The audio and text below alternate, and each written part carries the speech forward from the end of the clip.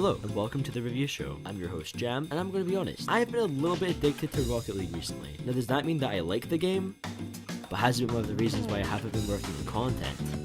Rocket League, the game that people who don't leave their house play, has been a constant in my life since 2016. Now, you would think that with 6 years of experience under my belt, I'd be like, good. I think you get the idea. So before I embarrass myself any further, let's get into the boring nerd shit, shall we? But before I do, please consider subscribing. It would mean the world to me, and it's free. Thanks if you did. Now let's get into it. Rocket League is a game made by Psyonix, which came out in the summer of 2015. Rocket League is the sequel to supersonic acrobatic rocket-powered battle cars. Both games can be summed up with 3 words: cars playing football. Supersonic acrobatic rocket-powered battle cars, or SURBC, came out on PSN for free on the PS3 in 2008. The concept on paper was pretty good, and apparently so was the gameplay, as the game received over 2 million downloads. The success of SURBC made it clear to Psyonix that a sequel would be warranted, so by 2011 they announced the sequel was in development, and by 2013 a playable alpha was available on PC. 2 years after the PC alpha, Rocket League would launch digitally on PC, Xbox One and PlayStation 4. In 2016, Psyonix, with help from 505 Games, would start to distribute physical copies of Rocket League to retailers globally. In late 2017, Warner Bros. Entertainment took over the role of physical distribution. In 2016, the game was also made available to Mac and Linux users. However, online support was killed off by 2020. Also in 2020, the game went free to play because a little developer known as Epic Games bought Psyonix.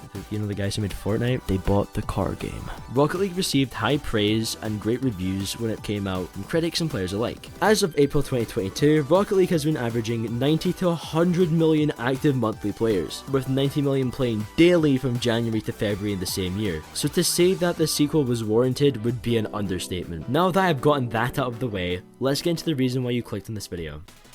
As I said before, Rocket League is a free-to-play football car game where you can play many different game modes. There's casual listings where you can play from 1v1 to 4v4, the ranked listings where you can see how good you actually are. You can also take part in tournaments if you really hate yourself, and there's also extra modes, which are different game modes such as basketball, ice hockey, random item football, and whatever drop shot is. The core gameplay loop comes from the casual and ranked game modes, as those are the normal ways to play. In a standard game of Rocket League, you can drive your car, use boost to go faster, jump, fly in the air roll, drift. The game has a lot of mechanics, and because of that, it's a very technical game, which if you're good at, then it's great, but the learning curve for new players can be pretty off-putting. One of the reasons why the game could be deemed difficult to learn could be because of the physics of the game. The game feels weighty, but also really light at the same time. Hit detection is sometimes a little bull. Air movement can either be free flow or just stiff at random points. It also doesn't help that the camera seems to have a mind of its own. Ball cam is either your best friend or your worst enemy, but it's a lot better than no ball cam. I cannot emphasize this enough. It's like I'm using Mario 64 controls to try and drive a car around, and I just want to hit the ball, but it's not going to let me for some reason. Rocket League also has a real connection issue where high ping is a constant, and lag in Rocket League is the worst shit of all time. Now you might be saying to yourself, JAMm, you might just have shit internet, and you know what? That's a fair argument. However, in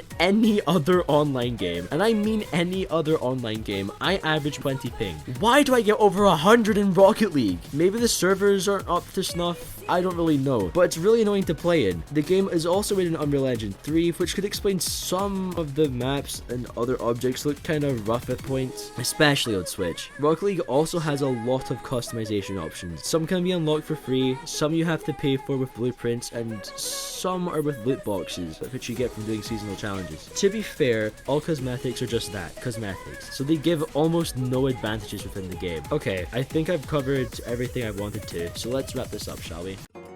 While I said I didn't like Rocket League earlier, that was somewhat of a lie. Would I go out and tell you to play this game in your free time? No. Not really, but it's the only form of League that I'd actually consider playing, so take that as you will. It's free, it's a pretty decent time killer for what it's worth, but it's not too fun in my opinion, especially when you lose 3-0. That shit sucks, man. Play your own risk, basically. This has been the review show. I'm still your host, JAMm, and thanks for watching.